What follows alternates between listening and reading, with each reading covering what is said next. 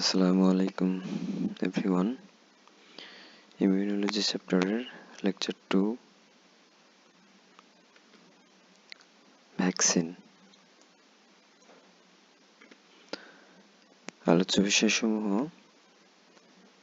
Definition of vaccination, definition of vaccine, classification of vaccine, properties, advantage disadvantage of live vaccine এবং exercise. প্রথমেই vaccination কি?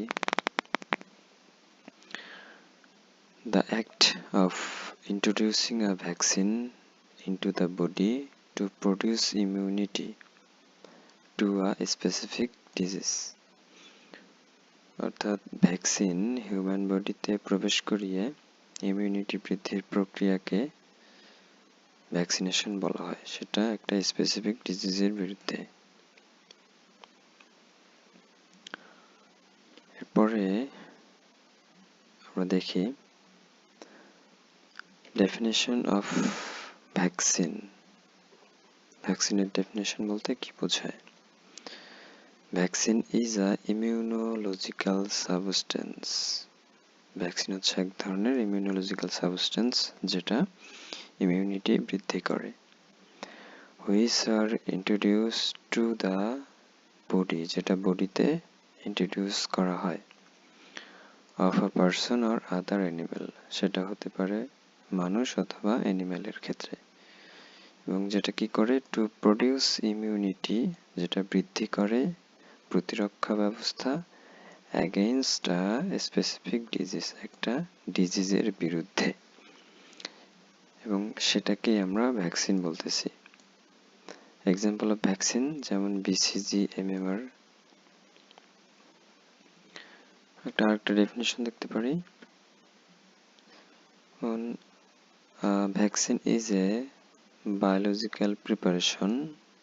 Vaccine হচ্ছে একটি biological preparation যেটা design করা হয়েছে provide immunity against a specific infectious disease, যেটা একটা ইনফেকশাস ডিজিজের বিরুদ্ধে ইমিউনিটি প্রদান করে। By stimulating the body's immune system, যেটা বডির ইমিউন সিস্টেমকে স্টিমুলেট করার মাধ্যমে, এবং রিকগনাইজ অ্যান্ড কমব্যাট প্যাথোজেন, এবং প্যাথোজেনকে রিকগনাইজ করে ইমিউন সিস্টেমকে স্টিমুলেট করতে পারে, এবং সেই সাবস্টেন্সকেই মূলত ভ্যাকসিন বলা হচ্ছে।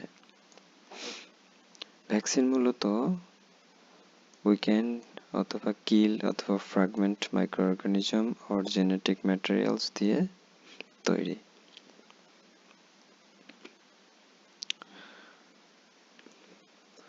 আর একটু বাংলা সামারি দেখি। ভ্যাকসিন হলো একটি ইমিউনোলজিক্যাল পদার্থ যা একটি ব্যক্তি বা অন্য প্রাণীর দেহে প্রবেশ করানো হয় একটি নির্দিষ্ট রোগের বিরুদ্ধে প্রতিরোধ ক্ষমতা তৈরি করার জন্য। ভ্যাকসিন শরীরে রোগ প্রতিরোধ ক্ষমতা তৈরি করতে সাহায্য করে যাতে ভবিষ্যতে সেই রোগ আক্রান্ত না হয়, যেটা ইমিউনোলজিক্যাল মেমোরি তৈরির মাধ্যমে হয়ে থাকে। এটাই হচ্ছে ভ্যাকসিন। আমরা এখন দেখব ক্লাসিফিকেশন অফ ভ্যাকসিন। ভ্যাকসিনের ক্লাসিফিকেশনের মধ্যে কি কি আছে। প্রথমেই লাইভ অ্যাটেনুয়েটেড ভ্যাকসিন, এরপর ইনঅ্যাক্টিভেটেড অর কিল ভ্যাকসিন, এরপর sub unit recombinant and conjugate vaccine, toxoid vaccine, extracted cellular fraction vaccine, mRNA vaccine, এবং সর্বশেষ হচ্ছে কম্বিনেশন ভ্যাকসিন। আমরা এখন বিস্তারিত দেখব। প্রথমে লাইভ অ্যাটেনুয়েটেড ভ্যাকসিন। আমরা একটু ব্যাখ্যা দেখি। Live attenuated vaccine contains weekend form of the live pathogen, অর্থাৎ যে ভ্যাকসিনগুলো জীবন্ত এবং দুর্বল প্যাথোজেনের ফর্ম দিয়ে গঠিত সেগুলোকে বলা হচ্ছে লাইভ ভ্যাকসিন। লাইভ ভ্যাকসিনের উদাহরণের মধ্যে আছে ব্যাকটেরিয়াল, বিসিজি, প্লেগ এবং টাইফয়েড ওরাল। ভাইরালের মধ্যে আছে oral polio vaccine, measles, mum's, rubella এবং রিকেটশিয়াল হচ্ছে এক ধরনের ব্যাকটেরিয়া যেটা রিকেটশিয়ার মাধ্যমে হয়ে থাকে এবং যেটা এপিডেমিক টাইফাস রোগ করে থাকে। এগুলো হচ্ছে লাইভ অ্যাটেনুয়েটেড ভ্যাকসিনের উদাহরণ।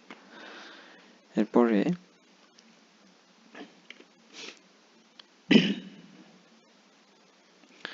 আমরা দেখব কিল্ড ভ্যাকসিন অথবা inactivate vaccine.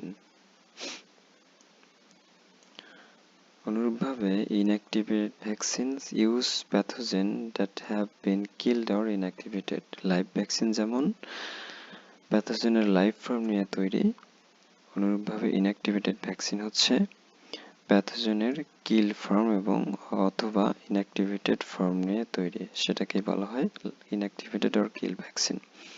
Example bacterial kill vaccine, pertussis, cholera, viral rabies, hepatitis B এবং ইনজেক্টেবল পোলিও ভাইরাস আইপিভি।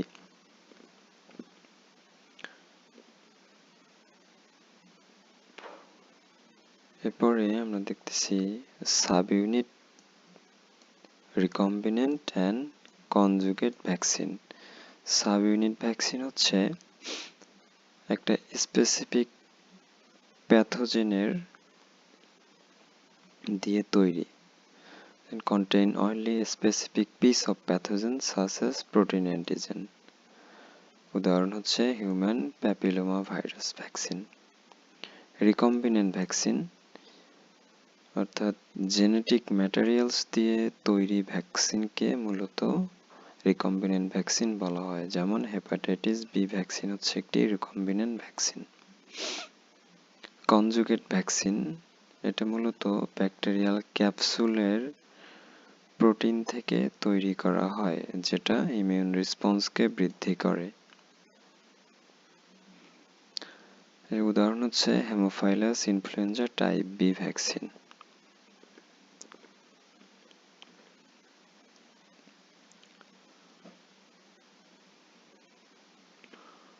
এরপরে টক্সয়েড ভ্যাকসিন। টক্সয়েড ভ্যাকসিন হচ্ছে টক্সিন থেকে যে ভ্যাকসিন প্রডিউস করা হয় সেই ভ্যাকসিনকে টক্সয়েড ভ্যাকসিন বলা হয়। উদাহরণ হিসাবে টিটেনাস ভ্যাকসিন এবং diphtheria toxoid vaccine. Extracted cellular fraction,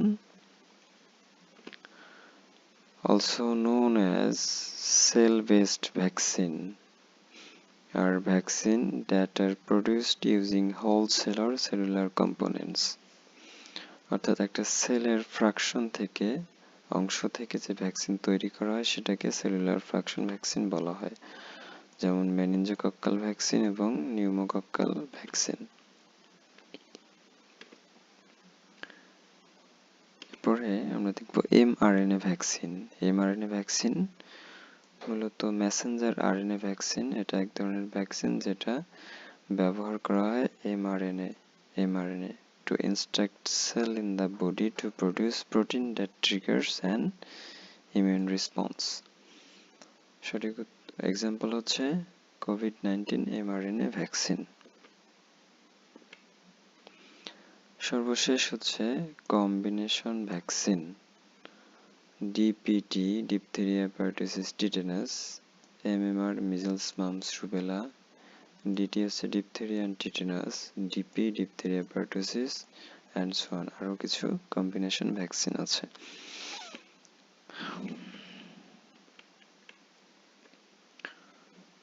এখন দেখবো আমরা প্রপার্টিস অফ আইডিয়াল ভ্যাকসিন। একটা আইডিয়াল ভ্যাকসিনের প্রপার্টিস কি অথবা ক্রাইটেরিয়া কি হতে পারে।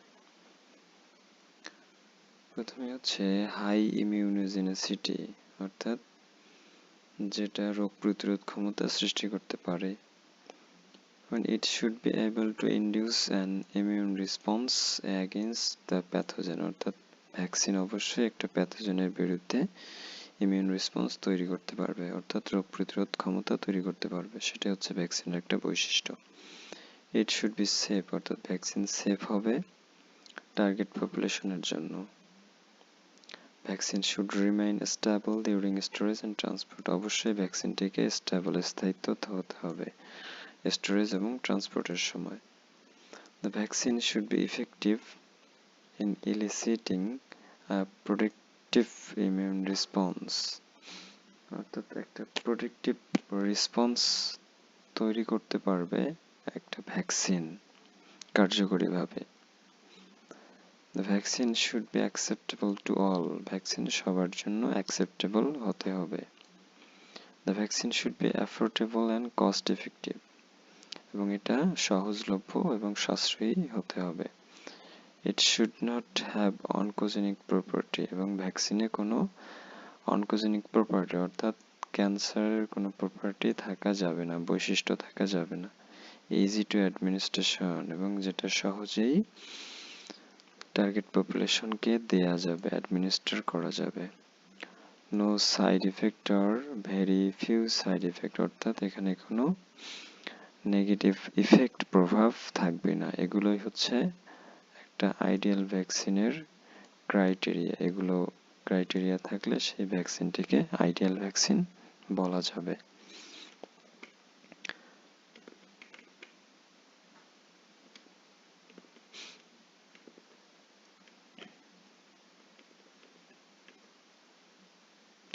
নেক্সট আমরা দেখব advantage and disadvantage of live vaccine. Live ভ্যাকসিনের অ্যাডভান্টেজ এবং ডিসঅ্যাডভান্টেজ। প্রথমে advantage, strong and long lasting immunity, অর্থাৎ লাইভ ভ্যাকসিন অনেক শক্তিশালী এবং দীর্ঘ সময় ধরে ইমিউনিটি প্রদান করতে পারে। The live vaccine often provide robust and durable immunity, অর্থাৎ অনেক মজবুত এবং দীর্ঘস্থায়ী ইমিউনিটি প্রদান করে। Effective live vaccination can contribute to herd immunity. Live vaccine herd ইমিউনিটিতে ইফেক্টিভ হয়ে থাকে। Number 3, live vaccine typically generate a quick and powerful immune response. Live vaccine মূলত খুব দ্রুত এবং একটা পাওয়ারফুল ইমিউন রেসপন্স তৈরি করতে পারে। Number 4, live vaccine may require only single dose or fewer booster in a lifetime. অর্থাৎ লাইভ ভ্যাকসিনের ক্ষেত্রে সিঙ্গেল ডোজ হলেই চলে, অথবা লাইফ টাইম পুরো লাইফে কিছু ফিউয়ার ডোজ হলেই চলে। Number 5, greater effectiveness of protection, অর্থাৎ খুব ভালোভাবে কার্যকরীভাবে প্রোটেকশন দিতে পারে। নো নিড অফ অ্যাডজুভ্যান্ট, অর্থাৎ লাইভ ভ্যাকসিনের কোনো সহায়ক উপাদান প্রয়োজন নেই, কারণ এটা অনেক শক্তিশালী। Number 7, effective live vaccine can reduce the transmission of disease in the community. অর্থাৎ কার্যকরী লাইভ ভ্যাকসিন কমিউনিটিতে রোগের ট্রান্সমিশন রিডিউস করতে পারে। এগুলো হচ্ছে লাইভ ভ্যাকসিনের অ্যাডভান্টেজ। এরপর আমরা দেখব disadvantage of live vaccine. Live ভ্যাকসিনের ডিসঅ্যাডভান্টেজগুলো হচ্ছে, প্রথম ডিসঅ্যাডভান্টেজ হচ্ছে রিস্ক অফ রিভার্সন। যেহেতু লাইভ ভ্যাকসিনে জীবন্ত ফর্ম থাকে প্যাথোজেনের, সেক্ষেত্রে সেই জীবন্ত ফর্ম রিভার্স করতে পারে এবং যেটা হোস্টের জন্য বা টার্গেট পপুলেশনের জন্য ক্ষতিকর হতে পারে, ভাইরুলেন্ট হতে পারে। Live vaccine can occasionally revert to a virulent form. Number 2, not suitable for pregnant women, the elderly and immunocompromised individual, অর্থাৎ লাইভ ভ্যাকসিন সবার জন্য সুইটেবল নয়, যেমন প্রেগনেন্ট উইমেনের ক্ষেত্রে, এল্ডারলি বয়স্কদের ক্ষেত্রে, এবং ইমিউনোকম্প্রোমাইজড অর্থাৎ যাদের ইমিউন সিস্টেম দুর্বল তাদের জন্য লাইভ ভ্যাকসিন দেওয়া যাবে না। Number 3, live vaccine often requires strict temperature control during storage and transportation. অর্থাৎ লাইভ ভ্যাকসিনের ক্ষেত্রে স্ট্রিক্ট ভাবে টেম্পারেচার কন্ট্রোল করতে হবে, নতুবা লাইভ ভ্যাকসিনের কার্যকারিতা নষ্ট হয়ে যাবে। Number 4, live vaccine have a shorter shelf life, অর্থাৎ লাইভ ভ্যাকসিনের লাইফ হচ্ছে অনেক short. Number 5, live vaccine may cause mild to moderate side effect in some individuals such as fever or rash.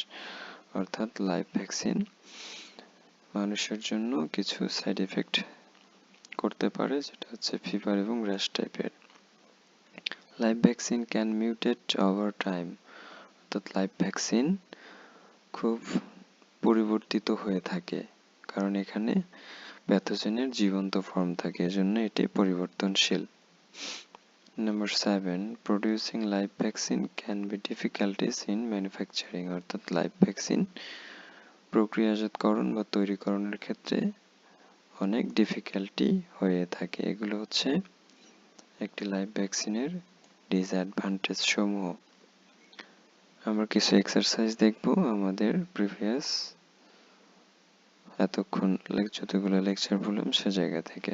প্রথমেই আমরা দেখি which one is live vaccine, নিচের কোনটি live vaccine? সঠিক উত্তর হচ্ছে বিসিজি। এরপরে which of the following vaccine is given to prevent tuberculosis, অর্থাৎ নিচের কোন ভ্যাকসিনটি টিউবারকুলোসিসের জন্য দেয়া হয়ে থাকে? সঠিক উত্তর BCG vaccine. Which vaccine is used to protect against measles, mumps and rubella, নিচের কোন ভ্যাকসিনটি মিজলস, মাম্পস অ্যান্ড রুবেলার জন্য দেয়া হয়ে থাকে? সঠিক উত্তর MMR, measles, mumps, rubella. At what age is first dose of the MMR vaccine typically administered? অর্থাৎ MMR এর ফার্স্ট ডোজ কখন দেয়া হয়? সঠিক উত্তর 12 মান্থে MMR এর ফার্স্ট ডোজ দেয়া হয়ে থাকে। Which of the following is true about vaccine? Vaccine সম্পর্কে নিচের কোনটি সঠিক? সঠিক উত্তর they help to body produce immunity against a specific disease. Which of the following vaccine is used to prevent polio? পোলিওর জন্য কোন ভ্যাকসিন ব্যবহার করা হয়? সঠিক উত্তর IPV, injectable polio vaccine. Which one is combined vaccine? নিচের কোনটি combined vaccine? সঠিক উত্তর MMR, measles, mumps, rubella.